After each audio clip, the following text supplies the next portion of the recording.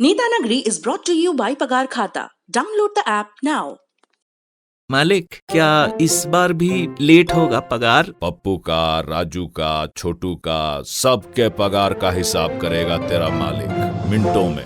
वो कैसे? पगार खाता के आकर्षक फीचर्स के साथ, क्योंकि स्टाफ खुश रहेगा तभी तो बिजनेस आगे बढ़ेगा। आज ही पगार खाता डाउनलोड करें।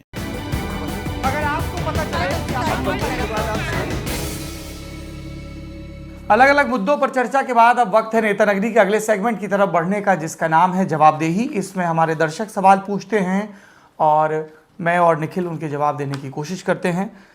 पहला सवाल है अहान वैद्या का, अलग अलग ढंग से पूछा जा रहा है। Newly built Ahmedabad stadium has been named after PM Narendra Modi, be it Pandit Nehru, Indira ji, Rajiv ji और Modi ji. It has been a common affair to name infrastructure projects and public buildings after politicians. How much correct और fair is this practice? Ahan, मुझे नहीं लगता कि देश में किसी भी क्रीड़ा संकुल का नाम किसी भी व्यक्ति के, राजनेता के नाम पर रखना चाहिए। खेल परिसरों का नाम हमेशा खिलाड़ियों के नाम पर ही रखा जाना चाहिए, ताकि जो आगे आने वाले लोग हैं, लड़के लड़कियां जो खेल में करियर बनाना चाहते हैं, उनके लिए एक आदर्श स्थापित हो।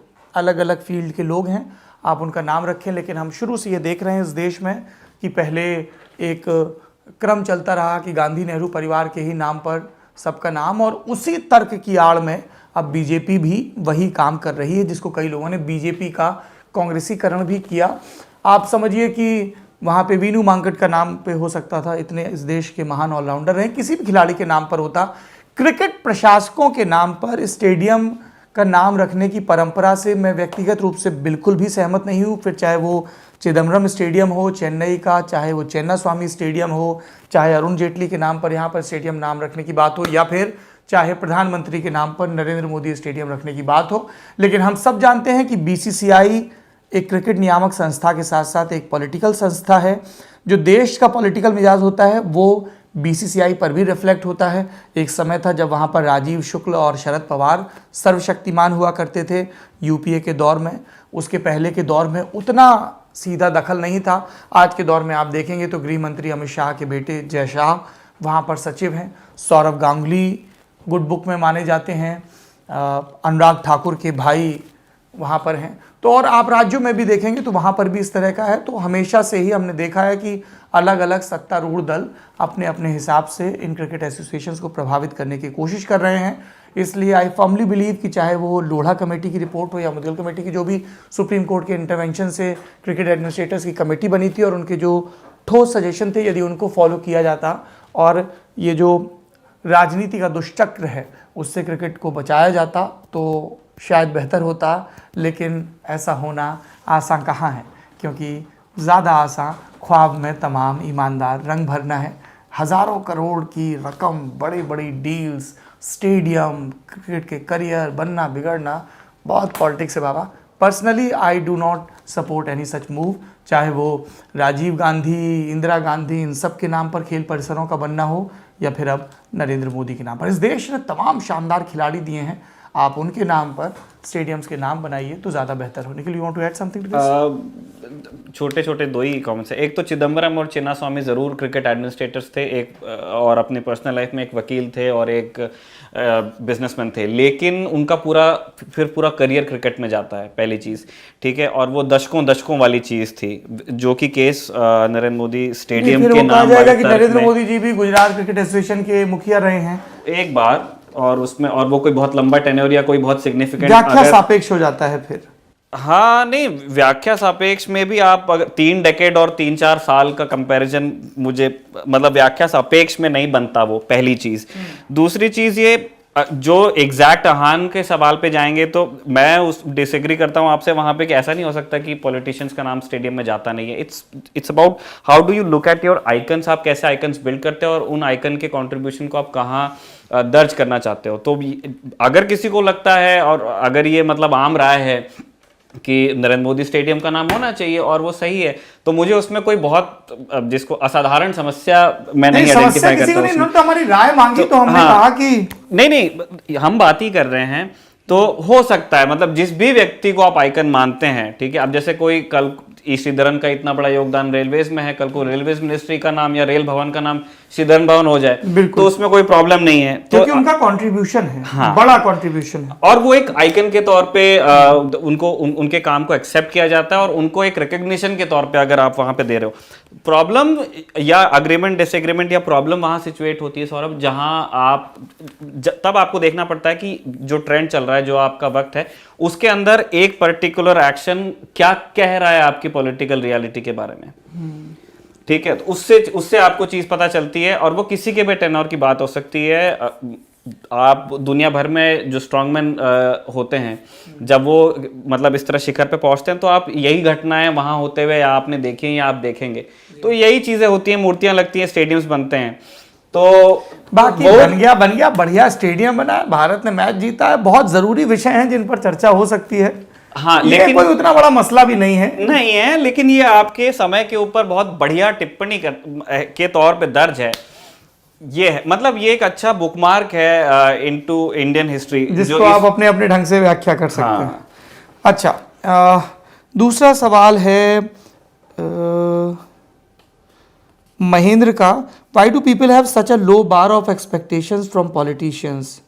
We have seen in many elections where incumbent government focus on just one thing, crime rate or infrastructure or something else, and that's enough for people to bring them back to power. देखिए, आपको थोड़ा सा निखिल जी इत्तेफाक नहीं रखेंगे, you get what you deserve. हम बार बार लगातार सारा उनस पॉलिटिशियंस पे, पॉलिटिकल सिस्टम पे डाल देते हैं, हम अपने हिस्से की जिम्मेदारियां नहीं निभाते हैं। इस देश के नागरिक यदि अपने अधिकारों के प्रति जागरूक हों, चाहे वो वोट को लेकर हो या दूसरे वोटर्स को जागरूक करने को लेकर हो, अपनी प्राथमिकताएं आप स्पष्ट रखें और सिर्फ जो मैंने पहले भी टर्म यूज़ किया है कि इलेक्ट्रोक्रेसी बन के ना रह जाएं, सब दिन जागरूक रहें, सब दिन सवाल पूछें और छोटे छोटे समझौते और सहूलियतों में ना अटकें, तभी करेक्टिव मेजर्स आएंगे।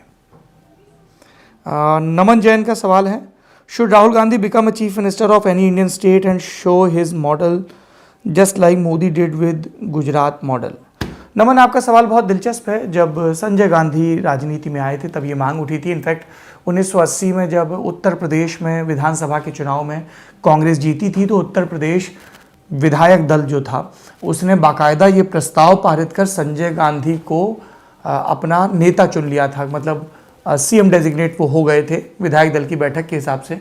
लेकिन जब वो नेता, जिसमें नारायण दत्त तिवारी, वीर बहादुर सिंह, संजय सिंह वगैरह शामिल थे, इंदिरा के पास इस प्रस्ताव को लेकर पहुंचते हैं तो झिड़की खाते हैं कि आप चाहते हैं कि मैं यहाँ पर अकेली पड़ जाऊँ। तो इस तरह की बात हुई थी, राजीव के दौर में भी हुई और राहुल के दौर में भी ये बात आई जब राहुल भट्टा परसौल में बहुत सक्रिय थे। 2012 के चुनाव के पहले काफ़ी एक्टिव हो रहे थे, तब भी, उसके पहले भी, कि क्या उन्हें पहले किसी राज्य में अपनी राजनीति करनी चाहिए। अब इसके दो पहलू हैं। पहला ये कि क्या किसी राज्य में राहुल गांधी का नाम आगे करके कांग्रेस चुनाव जीत सकती है? पंजाब में चुनाव जीतती है कांग्रेस कैप्टन अमरिंदर सिंह के नाम पर, एक ताकतवर छत्र। छत्तीसगढ़ में अपनी ऑर्गेनाइजेशनल स्ट्रेंथ और भूपेश बघेल ने जो लगातार स्ट्रीट फाइट की है और 15 बरस की रमन सिंह सरकार की एंटी इनकम्बेंसी, उसके नाम पर चुनाव जीती। मध्य प्रदेश का जनादेश कैसा था सबको पता है।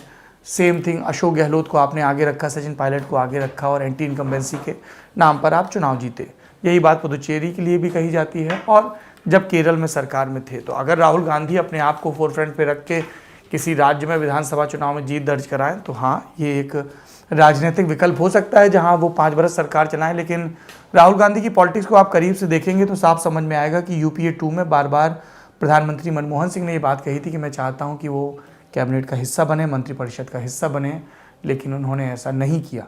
तमाम राजनीतिक पंडितों को यही बात लगती थी कि आप हिस्सा बनिए सरकार का, जिम्मेदारियों को सीखिए, समझिए और फिर आप स्लोली ग्रेजुएट होइए उसको लीड करने के लिए। लेकिन वैसी कोई राजनीतिक मंशा नज़र नहीं आई थी। So I highly doubt that, but yes, I think personally किसी भी लीडर के लिए एक फेडरल स्ट्रक्चर में नरेंद्र मोदी ने ये चीज़ दिखाई है।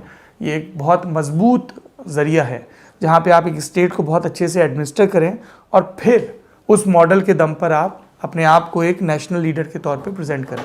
अगर बहुत ही स्पेसिफिकली आप किसी स्टेट में राहुल के जाने की बात करते हैं तो मतलब ऐसा बड़ा मतलब आश्चर्य होगा कि वो किसी राज्य में जाकर के सीएम या कैबिनेट में चले जाएं, क्योंकि वो बस एक तरह से मतलब वो काफ़ी आगे चली गई। अगर वो मिस नहीं भी होती है तो मतलब वो मौका, क्योंकि राहुल इतने टाइम तक के सेंटर की पॉलिटिक्स कर चुके हैं, वो किस स्टेट में जा कर के अपना नाम आगे रख सकते हैं, या जिस तरह बीजेपी करती है कि इलेक्शन जीतने के बाद में एक नया लीडर आप प्लेस करते हो, वो उनके पास में ऑप्शन नहीं है, अभी तो नहीं बचा है। वो प्रियंका गांधी के पास हो सकता है कि वो पहले यूपी पे फोकस करें और यूपी से अपना नाम बना के फिर वहां से बाहर निकलें, लेकिन राहुल के साथ थोड़ी सी देर हो गई है उस हिसाब से। और नरेंद्र मोदी और राहुल में सिर्फ एडमिनिस्ट्रेशन वाली दिक्कत नहीं है, वो बहुत सारी दिक्कतें हैं। नरेंद्र मोदी 0 से स्टार्ट करते हैं। हाँ, मतलब उनकी पॉलिटिकल ट्रेनिंग आप देखिए 70s से शुरू होती है, तो 70s 80s 90s 30 बरस 32 बरस की पॉलिटिकल ट्रेनिंग के बाद वो वहां मतलब अग्रीमेंट डिसएग्रीमेंट असाइड, वो एक पॉलिटिशियन होना उन्होंने सीखा है, पार्टी ऑफिस में चेयर उठाना से लेकर के सीएम होके स्टेट चलाना, तो वो तो ट्रेनिंग से कोई मतलब कंपैरिजन ही नहीं है फिलहाल नरेंद्र मोदी का फिलहाल राहुल से उस मामले में, उस एक स्पेसिफिक उसमें। अच्छा, अगले सवाल की तरफ बढ़ते हैं। ये सवाल है पराग नेभनानी का। We always talk about Gujarat model, but why Gujarat politics is less discussed than other states? पराग, इसकी 2 वजहें हैं। गुजरात मॉडल के बारे में 2014 में ज़्यादा बात हुई, अब गुजरात मॉडल की बात नहीं होती है विजय रूपानी के नेतृत्व में या उसके पहले आनंदीबेन के नेतृत्व में। Point number 1। पॉइंट नंबर 2, ज़्यादा पॉलिटिकल डिस्कशन उन स्टेट्स के बारे में होता है जहाँ पर पॉलिटिकल कन्फ्लिक्ट होता है या पॉलिटिकल सिनेरियो चेंज हो रहा होता है। हमने ये चीज़ देखी है कि केशुभाई पटेल जब शंकर सिंह वाघेला की बगावत के बाद दोबारा से सत्ता में आते हैं, उसके बाद से लगातार वहाँ पर भाजपा का ही शासन है। हर बार कांग्रेस चैलेंज करने की कोशिश करती है, मुंह की खाती है। 2017 में थोड़े ज़्यादा करीब पहुँच गए थे, 180 वाला खेल हो गया था, लेकिन उसके बाद से भी लगातार विधायकों की टूट जारी है। तो जब कोई बड़ा पॉलिटिकल टर्मोइल नहीं हो रहा है, कोई बहुत गेम चेंजिंग स्कीम नहीं आ रही है, तो स्वाभाविक है कि नेशनल लेवल पर उतनी बात नहीं होती है। बीच बीच में बात होती रहती है, जैसे हमने आज ही बात की जब निकाय चुनाव के नतीजे आए और विस्तार से बात की। तो ये आपके सवाल का जवाब है। मोहसिन खान का सवाल है, क्वेश्चन: सौरभ, आप AIMIM को यूपी में कैसे देखते हैं? क्या इससे सपा को नुकसान होगा? AIMIM की जो पॉलिटिक्स है लॉन्ग रन में, वो अपने कौम के मुद्दों को उठाते हैं, उन पर एक एग्रेसिव स्टैंड लेते हैं। तो जो पार्टियां हैं जो मेजॉरिटी को भी नाराज़ नहीं करना चाहती हैं, सपा बसपा कांग्रेस टाइप की, है ना, तो कई मुद्दों पर वो चुप रहते हैं या उतने मुखर नहीं। लेकिन ये CAA NRC जैसी कोई भी चीज़ आती है तो असदुद्दीन ओवैसी उसमें बार बार अपने आप को आगे रखते हैं और मुस्लिम्स के फियर की बात करते हैं, सब चीज़ों की बात करते हैं कॉन्स्टिट्यूशनल फ्रेमवर्क में। तो वो अपने आप को असर्ट तो कर रहे हैं और यूपी की ज़मीन उनके लिए तैयार भी है, लेकिन क्या इमीडिएटली एक बड़ा डेंट दिखेगा या नहीं, ये देखने वाला सवाल है। लेकिन अखिलेश यादव को डर तो है, इसीलिए अखिलेश यादव ने मुख्यमंत्री रहते हुए असदुद्दीन ओवैसी को यूपी में एंटर नहीं करने दिया था। अक्सर वो प्रशासनिक रोड़े रखवाए थे। और योगी आदित्यनाथ की सरकार में देखिए कैसे 2 ध्रुव एक दूसरे को साधते हैं। असदुद्दीन ओवैसी कभी आजमगढ़ जा रहे हैं, कभी बनारस जा रहे हैं और उनके साथ बड़ा एंटुराज है, पहली चीज़। दूसरी चीज़, इससे जो सबसे ज़्यादा नुकसान होगा वो सपा को होगा। तीसरी चीज़, एक नया पॉलिटिकल इक्वेशन भी बन सकता है। यूपी में पहले भी मुस्लिम बेस्ड पॉलिटिक्स करने की कोशिश हुई, चाहे वो यहाँ पे राशिद साहब ने की हो या वहाँ पर जो सर्जन थे अयूब, उन्होंने पीस पार्टी बना की हो। तो एक नया पॉलिटिकल अलायंस दिख सकता है आपको, जिसमें चंद्रशेखर रावण की पार्टी हो सकती है, जिसमें ओवैसी की पार्टी हो सकता है, उसमें और दल भी जुड़ें। और कई लोग कह रहे हैं कि हो सकता है कांग्रेस भी ऐसे किसी बड़े गठबंधन का हिस्सा बने। तो ये देखने वाली बात होगी, but it will definitely have some impact this time. Sandeep Bohra का सवाल है, hi Saurabh, my question is can you tell us top 5 influential orators of Indian political history? बताइए निखिल जी, को जोड़ना चाहेंगे आप?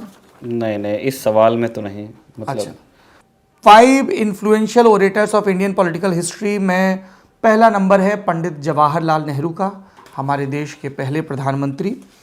दूसरा नंबर है राम मनोहर लोहिया का, विपक्ष की सबसे सशक्त आवाज़। तीसरा नंबर है, बहुत ऑब्वियस चॉइस है, वो अटल बिहारी वाजपेयी का। ओरेटरी, उनके पूरे व्यक्तित्व का, उनके पूरे मिथ का, लेजेंड का एक बहुत इम्पॉर्टेंट हिस्सा था। ये 3 हैं जो मुझे अभी फौरी तौर पर याद आ रहे हैं। मैं सुषमा स्वराज और प्रमोद महाजन और यशवंत सिन्हा भी बहुत सधा हुआ बोलते हैं, तो इनकी भी वक्तव्य शैली का, और सुषमा स्वराज और प्रमोद महाजन तो खास तौर पर देखिए, आप देखेंगे कि आरएसएस की नर्सरी से जो लोग निकले हैं वो उनकी एक ट्रेनिंग होती है लंबी पब्लिक स्पीकिंग की। इसके अलावा एक स्पीच बड़ी वायरल हुई थी, बड़े देसी खांटी समाजवादी नेता है हुकुमदेव नारायण यादव, बिहार से आते हैं, मधुबनी वाले इलाके से आते हैं, तो उनकी स्पीचेस सुन के समझ में आता है कि दिस फेलो मीन्स बिजनेस। अगर पॉलिटिकल इंटरवेंशन की बात करें तो पी चिदम्बरम, कपिल सिब्बल, अरुण शौरी, ये जो भी लीगल बैकग्राउंड के लोग हैं, Ravishankar Prasad, so they can hold their audience. हालांकि मुझे वकीलों के बारे में किसी ने बड़ी अच्छी चीज़ बोली थी कि जो वकील अच्छा स्पीकर होता है वो अच्छा वकील नहीं होता है। उन्होंने बड़ा क्लियरली कर दिया था। उन्होंने कहा देखिए, जिसकी प्रैक्टिस बहुत अच्छी चल रही होगी ना, यू वोंट फाइंड कि वो एक वंडरफुल ऑरेटर है और पब्लिक को बहुत बांध के रखता है, ऐसा कभी नहीं होगा। और मुझको इसी चीज से रविशंकर प्रसाद और अरुण जेटली दोनों याद आ गए जब आप ये कह रहे थे अच्छा वकील अच्छा वक्ता। लेकिन तो मैं अच्छे वकील पे मेरी कोई टिप्पणी नहीं है, मुझे उस बात की समझ नहीं है। ये मुझे भी फौरी तौर पर चंद्रशेखर अध्यक्ष जी, चंद्रशेखर बहुत कमाल के, बहुत खरे वक्ता थे और बहुत ही क्रेडेंशियल वाले आदमी। हीरेन मुखर्जी वेस्ट बंगाल से आते थे, बहुत ही कमाल, मतलब एक तरफ से अंग्रेजी में हीरेन मुखर्जी बोलते थे, हिंदी में अटल बिहारी वाजपेयी बोलते थे 60s में, और वो अद्भुत समय होता था। मधु दंडवते, डरते थे लोग मधु दंडवते जब जिसको कहते हैं ना खाल उधेड़ना चालू करते थे, बिल्कुल एकदम सत्ता पक्ष को तार तार करके रख देते थे। मुझे वो रिलायंस वाला एक प्रकरण याद आ रहा है, अगर आपको दिलचस्पी हो तो डिस्क्रिप्शन में मधु दंडवते वाला पॉलिटिकल किस्सा डाल दीजिएगा।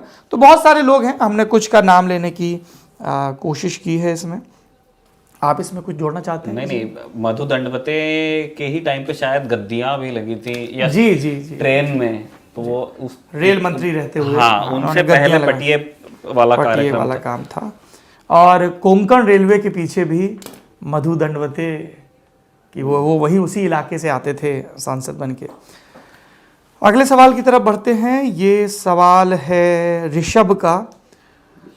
What do you prefer, e-books like in Kindle or hard copy like paperback? Sir, I am a very conservative person in this context. I always prefer hard copy.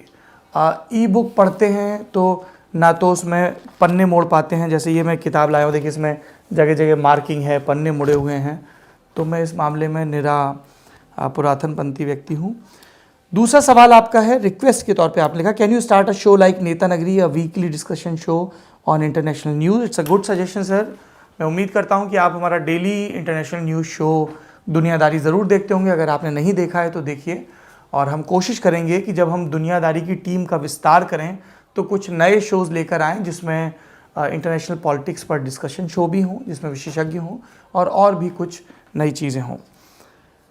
Ashutosh Goyal का सवाल है, please recommend book to know the biography of Atal Bihari Vajpayee. यार मेरे पास ना अटल बिहारी वाजपेयी से जुड़ी कम से कम 18-20 किताबें हैं। अभी एक लेटेस्ट उनके शायद विजय तिवारी हैं, नहीं, त्रिवेदी, विनय सीतापति, बताता हूँ। एक तो अभी विनय सीतापति की किताब आई, जल्दी उस पर किताब वाला भी आएगा, मैंने पहले भी जिक्र किया है, जुगलबंदी, बीजेपी बिफोर मोदी। तो उन्होंने अटल और आडवाणी की जुगलबंदी और उसके सहारे जनसंघ और फिर बीजेपी के पूरे राइज को दिखाया है। आप वो देखिए, उससे आपको काफ़ी इंसाइट्स मिलेंगे अटल बिहारी वाजपेयी के बारे में। उल्लेख एनपी की किताब है अटल बिहारी वाजपेयी के बारे में, वो मुझे लगता है उन पर लिखी सबसे दुरुस्त बायोग्राफी है। इसके अलावा विजय त्रिवेदी ने लिखी है हार नहीं मानूंगा, वो भी आप देख सकते हैं। किंगशुक नाग की भी किताब है, एक रश्मि जी हैं उनकी भी किताब है। तो किताबें बहुत हैं, लेकिन अगर आप मेरी रिकमेंडेशन मांगेंगे तो ये उल्लेख एनपी वो, और उसके बाद विजय त्रिवेदी, ये 2-3 किताबें हैं। इसके अलावा जो वाजपेयी साहब के बड़े अभिन्न मित्र थे, अप्पा घटाटे जिनको बोलते थे, उन्होंने इनके सारे संसदीय भाषणों का संकलन किया है जो प्रभात प्रकाशन से है, 4 खंड में है, 3 या 4 खंड में। तो वो देखना होगा, क्योंकि the myth called Atal Bihari Vajpayee, the person, the leader called Atal Bihari Vajpayee, उसके लिए उनके संसदीय भाषणों को पढ़ना बहुत दिलचस्प होता है। सुनीता चौधरी का सवाल है, इसका जवाब आप दीजिएगा। Question for Neta Nagri sir, can you please suggest some motivational book similar to Kalam साहब्स बुक? मोटिवेशनल बुक, हाँ मतलब इस बुक में तो मेरा हाथ पूरा ही कमजोर चलता है। और मोटिवेशन में यार किताब से कैसे मोटिवेशन मिलेगा, मतलब मेरे लिए नहीं समझना, मैं मतलब इससे सहमत नहीं हूँ। मतलब आप एक बहुत ऐसे रिलेटेबल स्टोरी पढ़ सकते हो, लेकिन वहां से क्योंकि मैंने ट्राई किया हुआ है पर होता नहीं है ऐसे। एक मैं किताब आपको देखिए, मैं इस मामले में, मैंने आपको पहले भी कहा था, मैं सुनील शेट्टी की फिल्मों को देख के भी रोने लगता था, भावुक हो जाता था। तो अपन को जैसे हम पाउलो कोएल्हो की किताबें पढ़ते हैं, अल्केमिस्ट, ज़ाहिर, ये सब तो मुझे वो बहुत सही लगती हैं। आप चाहें तो मुझे जज कर सकते हैं। और चेतन भगत की भी जब मैं शुरुआती नॉवेल्स पढ़ता था, खासतौर पे 5 Point Someone और 3 Mistakes of My Life और 2 States, तो पढ़ के बहुत अच्छा लगता था, मोटिवेटेड फील होता था कि आपको you have to fight for things and everything. Ikigai पे अगर आप किताब पढ़ेंगे तो वो आपको मोटिवेशनल लगेगी। जीतू कृष्णमूर्ति को अगर आप पढ़ेंगे, मैंने पहले भी इस शो में जिक्र किया है, ओशो को आप पढ़िए, स्वामी विवेकानंद को पढ़िए सरल ढंग से। सबसे ज़्यादा मोटिवेशन मुझे लगता है अगर आप इंडियन क्लासिक्स को पढ़ेंगे तो उससे बहुत दृष्टि मिलती है। जातक कथाएं, पंचतंत्र, हितोपदेश और बृहद कथा, बहुत सारी है, बृहद कथा मंजरी बहुत, तो उसमें आपको एक दृष्टि मिलती है। और अगर if you ask me to pick one book, I will suggest आप उपनिषदों को पढ़ना शुरू करिए, जिसकी सरलतम टीका मिले ऐसे पढ़ना शुरू करिए। उन पे आपको लेक्चर्स मिल जाएंगे बहुत अच्छे अच्छे, वो ज्ञान का बहुत बड़ा स्रोत है। फरमान चौधरी, आपका सवाल मिल गया है, टॉप 5 मस्ट रीड बुक्स, लेकिन हम किताब पे ऑलरेडी बहुत चीज़ें कर चुके हैं। मैं पर्सनली विनोद कुमार शुक्ल की सब किताबें, राही मासूम रज़ा की सब किताबें, गैब्रियल गार्सिया मार्केस की सब किताबें, मतलब एक बहुत लंबी सूची है। गुंटर ग्रास की बात कर सकते हैं, अम्बर्तो इको की बात कर सकते हैं, ऐसे बहुत, मैं चूँकि साहित्य पढ़ता रहा हूँ पहले तो मैं बहुत नाम गिना सकता हूँ। आप अपने तय खोजिए, लेकिन विनोद कुमार शुक्ल सा सरल लिखना, निर्मल वर्मा सा लिखना, एक लंबी सूची है, मतलब रेंज भी बहुत ज़्यादा है। मैं चेतन भगत भी पढ़ता हूँ, मैंने रविंदर सिंह भी पढ़ने की कोशिश की, मैं नॉन फिक्शन थोड़ा ज़्यादा पढ़ता हूँ, मैं बच्चों वाली किताबें, कॉमिक्स बहुत पढ़ता हूँ। तो खुद से खोजना होगा, ये बेस्ट 5 रिकमेंडेशन जैसा नहीं, बस पढ़िए, लगातार पढ़िए। मैं एक बुजुर्गवार के बारे में पढ़ रहा था, शायद मजरूह की या किसका किस्सा था कि कोई उनको पान का बीड़ा भी देता था ना, तो वो पान खा के और उसके ऊपर जो अखबार लगा होता था वो भी पढ़ने लगते थे। तो हाँ, ये किसी का किस्सा था। तो जवाबदेही में आज के लिए इतना ही, बढ़ते हैं आगे। जी, पराग निभाने वाले सवाल पे सौरभ, मतलब मुझे ना जब आप बोल चुके उसके बाद मुझको याद आया, उन्होंने पूछा था कि we always talk about Gujarat model, why Gujarat politics is less discuss than other states. ठीक है, अब इसमें कुछ चीज़ें मुझे कहनी है और कुछ चीज़ें मुझे समझनी है। पहली, क्या इसकी वजह यह है कि चाहे गुजरात जैसा भी कर रहा हो, लेकिन अब उसका क्रेडिट आप दोगे कहाँ? वो एक प्रॉब्लम है। उसको प्रोजेक्ट कोई नहीं कर रहा है, उस नेशनल स्टेट पे आके विजय रूपानी अगर आके दिल्ली में बोले कि मैंने गुजरात में ये कर दिया, तो नरेंद्र मोदी उस पर कैसे रिएक्ट करेंगे? हाँ, और उधर जो सेंटर में है उनको आप क्रेडिट दोगे कैसे, क्योंकि वो सेंटर में है। 1 2, आप जिस तरह से बीजेपी ने खुद को कैरी किया है पिछले 6 साल में, आप उसमें भी एक चेंज देखते हो। जब 13 में या 12 खत्म होते होते जब गुजरात मॉडल की बात शुरू होती है, तो गुजरात मॉडल हमारे लिए कभी भी गोदरा नहीं था। गुजरात मॉडल हमेशा एक, मतलब एक जिसको कहते हैं एक स्टेबल सरकार, इंडस्ट्रियल डेवलपमेंट, विकास, रोजगार, आर्थिक उन्नति, ये सारी चीजें उस टाइम होती थी। और वही पोल प्लान, जीडीपी की रफ्तार बढ़ेगी, हाँ, और सिंगल विंडो क्लियरेंस होगा। तो वो 2014 का पोल प्लान था। अभी आप उसको कंपेयर कर लेंगे 2019 के पोल प्लान से, तो आपको ये सारी चीजें कहीं पेरिफेरी में मिलती है। वो नेशनल सिक्योरिटी और रिलीजन और इन सारी चीजों पे आ जाता है, हिंदुत्व बहुत ज्यादा उधर जाकर के खड़ा हो जाता है। एक चीज और भी है जिसकी गुजरात मॉडल पे कभी छुटपुट चर्चा हुई, अब तो चूंकि गुजरात मॉडल पे ही चर्चा नहीं होती तो उन चीजों पे भी नहीं। कुछ मामलों में गुजरात बहुत कमाल का है, जो वहाँ के लोग बहुत उद्यमी हैं, इंडस्ट्रियल ग्रोथ बहुत अच्छी है, वो सब चीज़ें। लेकिन एजुकेशन और हेल्थ के मामले में और सोशल इंडेक्स के मामले में गुजरात की परफॉर्मेंस बहुत अच्छी नहीं है, बहुत खराब है जी। तो बहुत अच्छी नहीं है, is the right way to express it. इसलिए मुझको ऐसा लगता है कि अभी जो बेस्ट फुट फॉरवर्ड वाली चीज है वो यूपी है बीजेपी के लिए, इसीलिए वो इतने और तब दूसरी चीज ये भी थी कि उनके पास सिर्फ 2 ही मॉडल थे जो कंटिन्यूटी में थे, एक एमपी मॉडल और एक गुजरात मॉडल। चूंकि एमपी में उतना इंडस्ट्रियल कैपिटल नहीं है और वो क्लेमेंट भी नहीं थे, आडवाणी खूब पुश करते रहे, तो उस पर बात नहीं हुई उतनी।